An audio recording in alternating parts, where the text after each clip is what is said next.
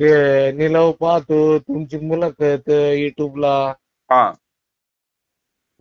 सावरल्यासारखं झालंय बा. 120 रुपये नाशिकला 3 दिवस होते तुम्ही.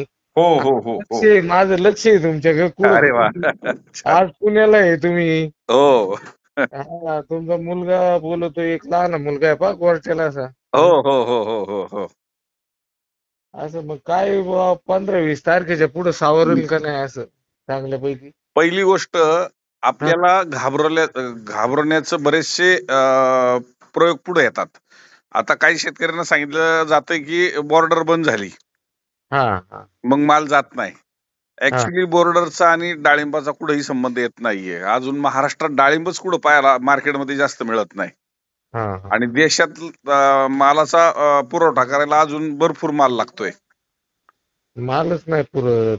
हा, माल पुरत नाही. आणि आंबा, गेले 3 वर्षाचा मी अनुभव सांगतो की आंबा आणि लिची असून सुद्धा डाळिंबाचे रेट पडलेले नव्हते. हो हो. पण ह्या वर्षी युद्ध आणि त्यानंतरचा झालेला पाऊस, याच्यामुळे जी मंदी आलेली ती मरगळ चाललेली होती.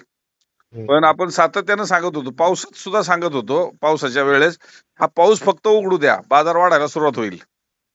आणि बकरीदचा थोडासा इफेक्ट हा 1-2 दिवस होणार आहे.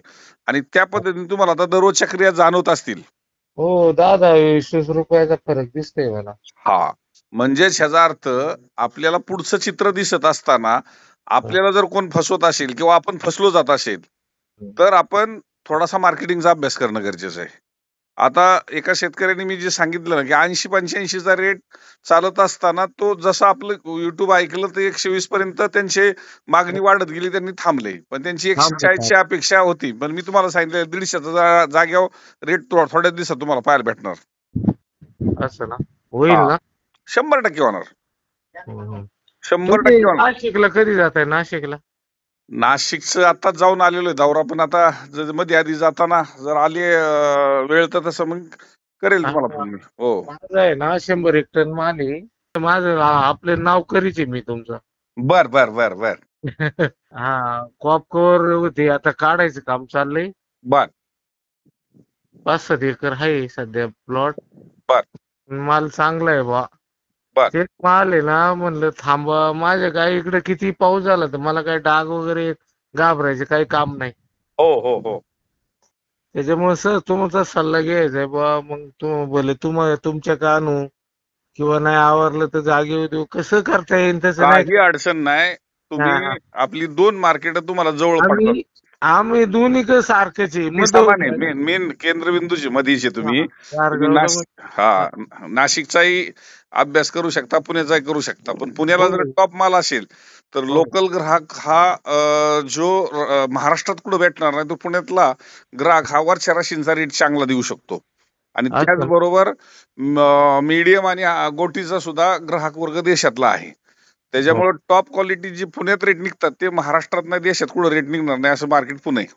आता ते काय होईल, मी उगाच उराला वाळू लावून सांगण्यापेक्षा ना, मग 80% माल जम्बू आहे. मग अडचण नाही, मग काय अडचण नाही, पुण्याला आणलं तरी काय अडचण नाही. हा, एकदा जर तुम्ही इकडे चालले ना, हा, मला तर काय 20-25 तारखेच्या पुढेच माल विचार करायचा आहे मला मालाचा. तोपर्यंत करू नका, जर काढाय नसेल आला तर. अजून थोडासा हिरवाचे फुलाजवळ आहे ना, बर थोडा बर पट्टा आहे हिरवा. बर. पण मग तेवढ्या वेळातून तुम्ही नाशिकला जात असले तर एक फोन करा मला. करेल करेल करेल करेल. या आतमध्ये 2 किलोमीटर तर आहे आपण. चालेल चालेल चालेल. हा, चालेल नक्की ना, येऊन तुम्हाला जा. फोन करेल. हा जर त्या साईडला गेलो तर फोन करेल. हा, जातच असताना तुम्ही का नाही? आत्ताच जाऊन आलोय. तसं सारखंच काय असं काम पडलं तरच जातो, नाही तर मग हो. बऱ्यापैकी हा, फोनवर. 5-6 दिवसांनी, 10 दिवसांनी. हा, चालेल ना. हो हो. मला चालेल कळवा फक्त बा. हा. चालेल चालेल चालेल. ओके ओके हा, ओके. मी ठेवील गारगाव. हा. नंबर, ठेवील हा सेव्ह करून. Okay okay. ठीक ठीक.